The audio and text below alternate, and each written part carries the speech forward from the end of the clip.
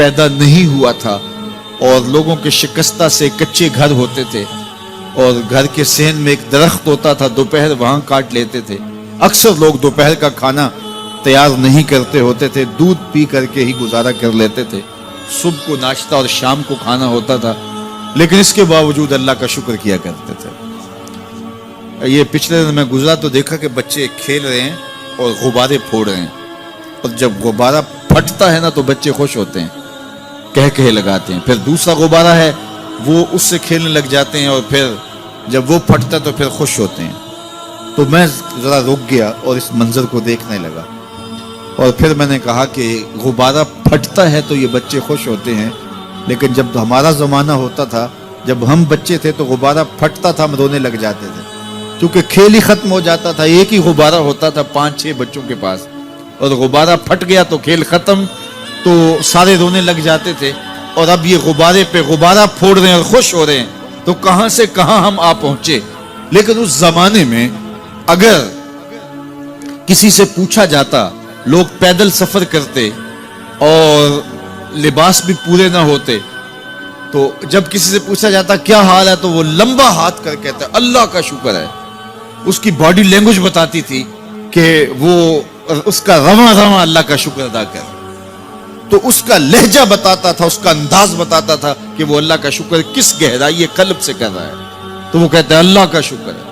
اور آج جب کہ اتنی نعمتیں لوگوں کو میسر ہیں، اتنا کچھ نصیب ہے، عالی نصب گھروں میں رہتے ہیں، لمبی لمبی گاڑیاں ہیں، سہولتیں ہیں، آسودگیاں ہیں، آسائشیں ہیں، مالی آسودگی ہے، رہائشی آسودگی ہے، کھانے پینے کے وافر سامان ہیں، ٹیبل پہ اتنے کھانے لگے ہوئے ہوتے ہیں کہ باری نہیں آتی کھانے کی، اور اس قدر لباس ہے کہ موسم گزر جاتا ہے اور بعض لباس بدلنے کی باری نہیں آتی. لیکن اس کے باوجود کسی سے پوچھے جناب کیا حال ہے، آسودہ حال شخص سے بھی پوچھیں تو وہ بھی بڑے آہستگی سے کہتا ہے بس چل ہی رہا ہے. تو وہ زمانہ تھا کہ جب لوگوں کے پاس کچھ تھا نہیں تو لمبا ہاتھ کر کے کہتے، تشکر کا لہجہ کتنا دل آویز تھا، اللہ کا شکر ہے. اور آج کہتے بس گزر ہو ہی رہی ہے، بس چل ہی رہا ہے.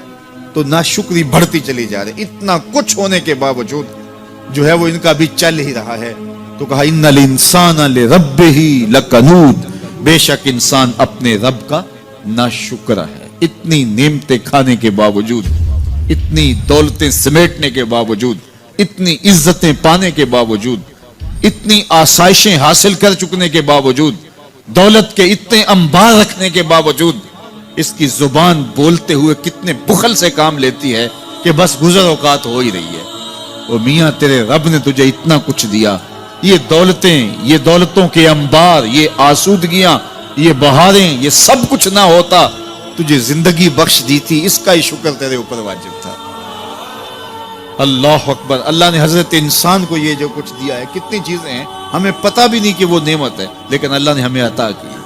دنیا کا ایک امیر ترین شخص تھا اناسس، تو اس کے یہ آنکھوں کے جو پپوٹے تھے یہ کام کرنا چھوڑ گئے.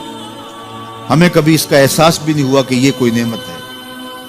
آٹومیٹک سسٹم میرے رب نے لگایا، ادھر تنکا اڑا ادھر آنکھ بند ہو گئی.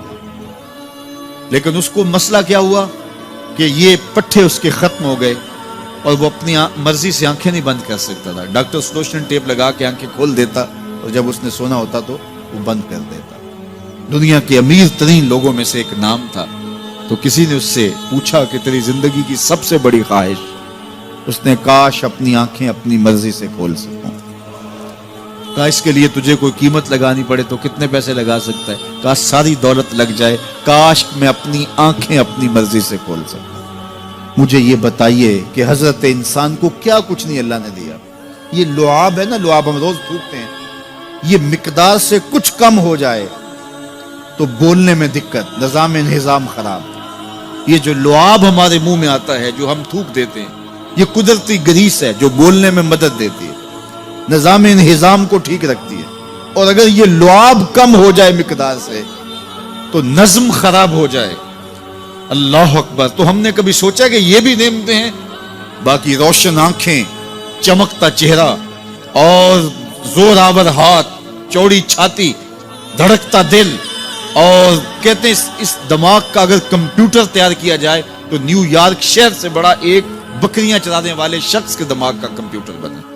یہ حضرت انسان کو اللہ نے اتنا کچھ دیا ہے اور پھر اس کو نعمتیں دی, عزتیں دی, جائیدادیں, زمینیں, لمبی لمبی گاڑیاں, عالی نسب پلازے, کتنا کچھ دیا.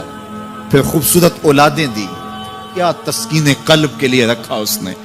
تو اس کے باوجود بھی یہ کہہ رہا ہے بس چل رہا ہے, گزر اوقات ہو رہی ہے. ان الانسان لربہ لکنود, انسان اپنے رب کا کتنا ناشکرا ہے. اس نے کیا کچھ اسے عطا کیا, کیا کچھ عطا کیا, لیکن یہ شکر کا کلمہ بھی نہیں بولتا, بخل سے کام لیتا ہے. تو کہا یہ ناشکرا ہے اور اس پر کوئی خارج سے دلیل لانے کی ضرورت بھی نہیں ہے. وَإِنَّهُ عَلَىٰ ذَلِكَ لَشَهِيدٌ, اور یہ خود اس پہ گواہ ہے. ذرا اپنے اندر اتر کے دیکھے تو یہ کتنا بخل کرتا ہے شکر ادا کرنے میں, اسے خود سمجھ آ جائے گی. وَإِنَّهُ لِحُبِّ الْخَيْرِ لَشَدِيدٌ, اور اس کی ایک خصلت یہ ہے کہ یہ دولت کی محبت میں بڑا سخت ہے. دولت کی محبت یہ بہت زیادہ اپنے سینے میں پال چکا ہے اور یہ دولت اس کی محبوبہ بن گئی ہے. دولت تو اس کی ضرورت ہونی چاہیے تھی, لیکن اس نے اس کو اپنی محبوبہ بنا لیا. وَإِنَّهُ لِحُبِّ الْخَيْرِ لَشَدِيدٌ, اس کو محبت زر شدت سے ہو گئی ہے. سویر سے شام تک اس کا وظیفہ ہی یہی ہے. اس کی زندگی کے اندر منصوبے یہ چلتے ہیں. اللہ نے اتنا نوازا ہوا ہے, اس کی ساری زندگی آسودگی سے گزر سکتی جتنا اس کے پاس موجود ہے, لیکن اس کے باوجود ہر وقت اس کے دماغ کے فیتے پہ یہی چلتا ہے اور یہی کہانی چلتی ہے, یہ زیادہ کیسے ہو, یہ زیادہ کیسے ہو, یہ زیادہ کیسے ہو.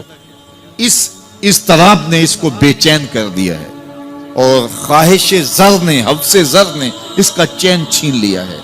اور اتنی محبت جاگزی ہوگی اس کے دل میں کہ اللہ کی محبت کے لیے اس کے دل میں جگہ ہی نہیں بچی. وَإِنَّهُ لِحُبِّ الْخَيْرِ لَشَدِيدٌ. اللہ اکبر. اب پہلے گھوڑوں کی اداؤں کی قسمیں کی, پھر اس کے بعد حضرت انسان کی یہ جو بڑی خامیاں تھی, جو خامیاں جڑ ہیں اس کی باقی خامیوں کی, ان کو بیان کیا. ایک تو ناشکرا ہے, جو ملا ہے اس پہ یہ شکر ادا نہیں کرتا, حالانکہ اگر وہ شکر ادا کرے, رب کا وعدہ ہے کہ اگر تم شکر ادا کرو گے میں اور زیادہ دوں گا. ایک تو یہ شکر نہیں کرتا, اور دوسرا یہ ہے کہ دولت کی محبت اس کے رگو ریشہ میں رچ بس گئی ہے. بلکہ اللہ تعالیٰ نے ان بد نصیب لوگوں کی کہانی بیان کرتے ہوئے کہا جو دولت کو مقصود ہی بنا بیٹھے. الذی جمع مالا وعدد, یہ وہ بد نصیب لوگ ہیں جو مال کو جمع کرتے ہیں اور گنتے رہتے ہیں, بار بار حساب کرتے ہیں. الذی جمع مالا وعدد, مال کو جمع کیا, وعدد, اور بار بار اس کو گنتے رہے. اتنے ہو گئے, اب اتنے ہو گئے. اللہ کلا لینبذن فی الحطام. پہلے شرف میں الذی جمع مالا وعدد یحسب ان مالہ اخلد, یہ گمان کرتے ہیں کہ ہمارا مال ہمیں لافانی کر دے گا, مال کی کثرت سے ہم محفوظ ہو جائیں گے اور ہمارا کچھ نہیں بگڑے گا. دولت اتنی ہوگی تو ہم ہر طرح سے حفاظتوں کے ساتھ میں آ جائیں گے, ہمارا مال ہمیں لافانی کر دے گا. یحسب ان مالہ اخلد. اللہ تعالیٰ نے فرمایا کلا, ایسا ہرگز نہیں ہے, یہ تمہاری بھول ہے کہ مال تمہیں لافانی کر دے گا, مال تمہیں مرنے نہیں دے گا, مال تمہیں محفوظ کر دے گا. کلا, ایسا ہرگز نہیں ہے, بلکہ کیا ہے, لَيُنبَذَنَّ فِي الْحُطَمَةِ, ہم تمہیں پکڑ کے آگ میں ڈال دیں گے. لَيُنبَذَنَّ کے لفظ پہ اگر غور کیا جائے تو عربی میں جب ان کا جوتا پرانا ہو جاتا تو پرانا جوتا جب پہننے کے بھی قابل نہ رہتا تو اس کو اتار کے ایسے حقارت سے پہنتے اور اس کے لیے لفظ استعمال کرتے نبذت النال, میں نے جوتا پھینک دیا. وہ جوتا جو پاؤں میں ڈالنے کے بھی قابل نہ رہے اور اتنا پرانا ہو جائے کہ اس کو اب جو ہے وہ مزید مرمت بھی نہ کروانا ممکن ہو, تو اس کو پھر پھینکا جاتا ہے اور پھر اس کو وہ حقارت سے پھینکتے ہیں, اور وہ جوتا چلتے ہوئے تنگ کرتا ہے تو پھر اس کو اتار کے حقارت سے رب پھینک دیتے ہیں. تو اس کے لیے لفظ بولتے ہیں نبذت النال, میں نے جوتا پھینک دیا. حقارت سے پھینکنے کو نبض کہتے ہیں, اور یہی لفظ اللہ تعالیٰ جل شانہ نے فرمایا کلا لینبذن فی الحطمہ. اے اہل عرب, جس طرح تم جوتا پرانا حقارت سے پھینکتے ہو, ہم حقارت سے تمہیں آگ میں ڈال دیں گے. کلا لینبذن فی الحطمہ, یہ ان مالداروں کی کہانی ہے جنہوں نے مال کو اپنا معبود بنا لیا، مال کو اپنا مقصود بنا لیا، مال مال مال، ہر قدر پامال کر دی، ہر قدر کی قربانی دے دی مال کے بدلے، اور مال ہی ان کا مقصود بن گیا، اور یہ سمجھے کہ یہ مال جو ہے وہ ان کو لافانی کر دے گا، ان کو مرنے نہیں دے گا، ان کے لیے حفاظتی حصار بن جائے گا۔ کلا لینبذن فی الحطمہ وما ادراک ما الحطمہ۔ اللہ فرماتا ہے جانتے ہو جس حطمہ میں، جس آگ میں تمہیں ڈالا جائے گا، وہ آگ کیا ہے؟ مل حطمہ، کیا تمہیں پتا ہے وہ حطمہ کیا ہے؟ پھر خود فرمایا نار اللہ الموقدۃ التی تطلع علی الافئدہ، یہ اللہ کی جلائی ہوئی آگ ہے جو دل کھا جائے گی، جو کلیجے چاٹ جائے گی۔ تو حب زر، یہ حب دولت اور حب دنیا، یہ تمام برائیوں کی جڑ ہے۔ تو اس لیے اپنے اندر سے محبت زر کو نکالنے کی کوشش کیجئے اگر کہیں آپ کو داخل ہوتی محسوس ہو رہی ہے، اور حب دولت کو نکالنے کے لیے زکوٰۃ، صدقات، اسلام نے ہمیں یہ نظم دی۔